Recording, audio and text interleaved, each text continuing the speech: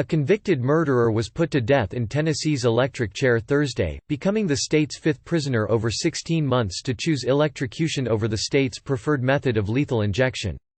Nicholas Sutton, 58, was pronounced dead at 7:26 p.m. at the Riverbend Maximum Security Institution in Nashville, the Tennessee Department of Correction said. Sutton gave a statement after he was strapped into the chair, thanking his wife, family and friends for supporting him and saying, "Jesus Christ fixed me. I'm just grateful to be a servant of God, and I'm looking forward to being in His presence," Sutton said as witnesses looked on. Sutton was sentenced to death in 1986 for killing fellow inmate Carl Estep in a conflict over a drug deal while both were incarcerated in an East Tennessee prison, where Sutton had been serving time for killing his grandmother and two others when he was 18 years old.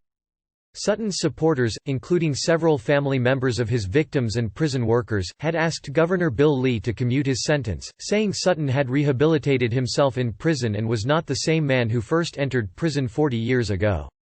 Lee declined to intervene. Anti-death penalty activist Dan Mann said he and another activist had intercepted the governor on the way to work Tuesday and prayed with him.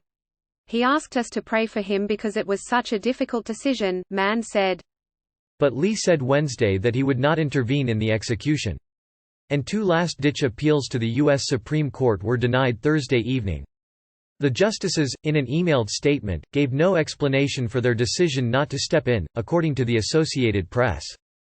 Sutton had not indicated why he chose electrocution, an option for inmates whose crimes were committed before the state adopted lethal injection as its preferred execution method, but other inmates have said they thought the electric chair would be quicker and less painful.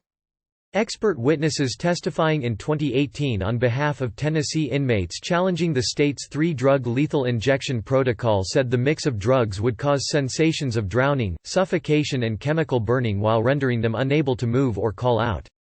Inmates' attorneys have argued without success that both lethal injection and electrocution violate the Constitution's ban on cruel and unusual punishment.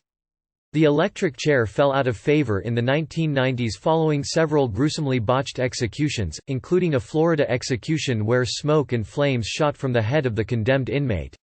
Only one other state, Virginia, has used electrocution in recent years, and it has not done so since 2013.